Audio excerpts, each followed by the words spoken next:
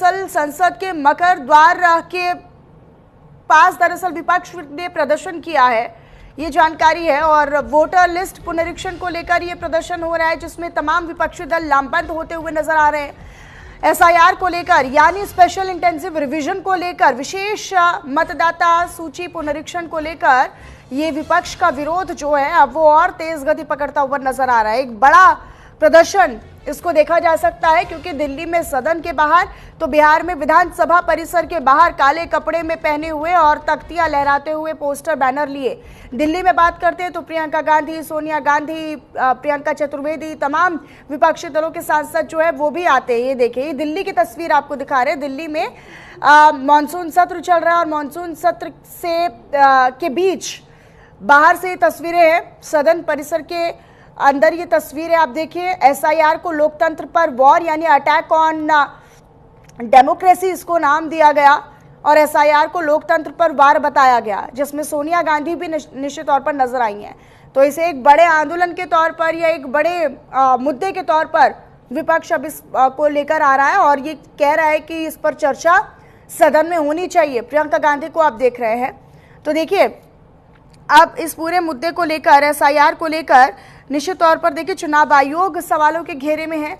और चुनाव आयोग पर तो सीधे तौर पर विपक्षी दल, तेजस्वी यादव हो या फिर राहुल गांधी हो या फिर तमाम विपक्षी दलों के नेता हो, बड़े चेहरे हो, वो सब चुनाव आयोग को अब वो ये कह रहे हैं कि चुनाव आयोग जो है वो अपनी स्वतंत्र एक एजेंसी नहीं है। चुनाव आयोग एक पार्टी दफ्तर बनकर रह गया है और जैसा सत्ता पक्ष कह रहा है, जैसे सत्ता पार्टी कह रही है, वैसे ही वो कर रहा है, यानी मिली भगत है और वोटर्स को काटने के लिए ये किया जा रहा है। और कई तरह के आरोप अब चुनाव आयोग की प्रक्रिया पर लग रहे हैं कि ऐसे कैसे, जिसमें 2003 में जब बिहार में पुनरीक्षण हुआ था, रिवीजन हुआ था वोटर्स का, तब 2 से 3 साल का समय लगा था, लेकिन अब मात्र 6 महीने के भीतर ऐसा कैसे हो सकता है, या 3 महीने के भीतर आप कैसे समय देकर ये इस पूरी प्रक्रिया को करवा सकते हैं।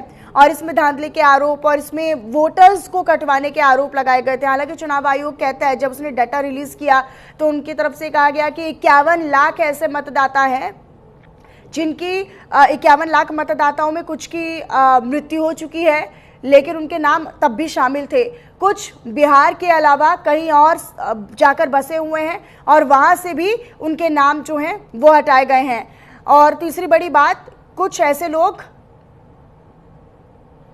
कोर्ट ने राहत नहीं दी है। कोर्ट ने उस जजमेंट के ऊपर स्टे दिया है और ये कहा है कि जो जेल से निकल गए थे, जो एक्यूज 18 साल के बाद, उनको दोबारा अरेस्ट नहीं किया जाएगा। मैं केंद्र सरकार से और महाराष्ट्र सरकार से पूछना चाह रहा हूं कि आप,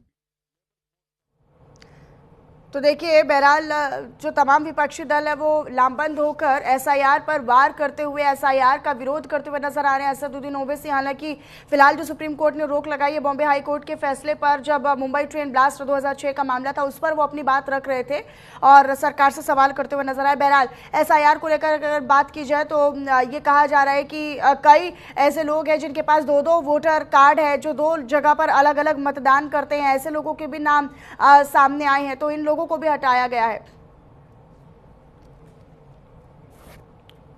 चलिए खबरों में आगे रुक कर लेते हैं। अब आपको बताएं, जब वोटर लिस्ट वेरिफिकेशन पर तेजस्वी यादव ने बयान दिया है, एक बार फिर से उन्होंने दरअसल सरकार को घेरने का काम किया है। अपने बयान में सरकार बेकार की बातें कर रही है, ये तेजस्वी यादव कह रहे। वोटर लिस्ट से एक भी बिहारी का नाम ना कटे, बिहार वासी का नाम ना कटे, ये तेजस्वी यादव ने कहा है।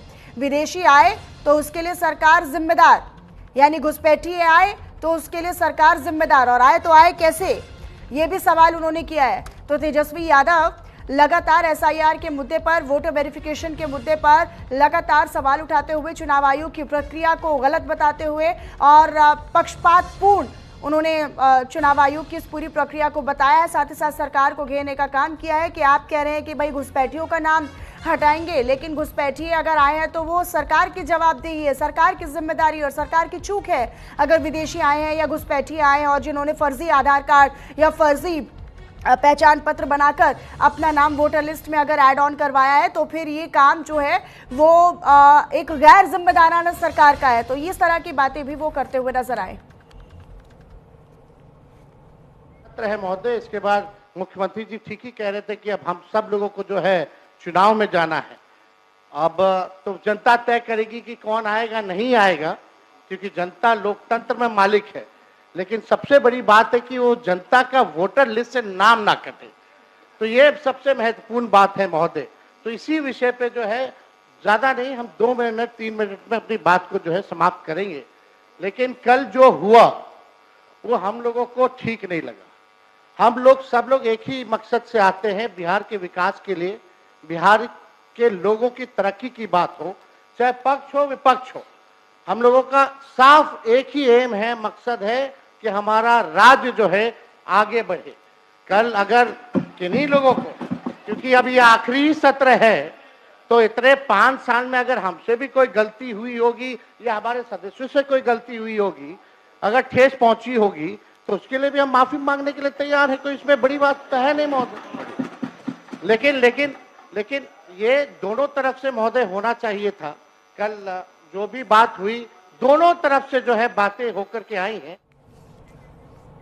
चलिए आगे बढ़ लेते हैं। AIMIM के विधायक है अख्तरुल ईमान, जिन्होंने अब बयान दिया है। दरअसल उनके बयान में ये कहा गया है उन्होंने कि टोपी देखकर ये कह देते हैं कि बांग्लादेशी हैं, ये ईमान कह रहे हैं। उन्होंने आगे कहा है कि टोपी मीनार देखकर आपको लगता है कि वो बांग्लादेशी हैं। अगर सीमांचल नहीं तो भारत के 2 टुकड़े हो गए होते, ये उन्होंने कहा है। सीमांचल के 4 जिलों में फरमान जारी कर दिया गया। SIR से इनकार नहीं, लेकिन इसकी टाइमिंग पर सवाल उन्होंने खड़ा किया है, समय पर सवाल उन्होंने खड़ा किया है। तो AIMIM के विधायक हैं अख्तरुल ईमान, जिन्होंने बयान देते हुए कहा है कि टोपी देखकर ये कह दिया जाता है कि वह बांग्लादेशी है, मीनार देखकर कह दिया जाता है कि बांग्लादेशी हैं।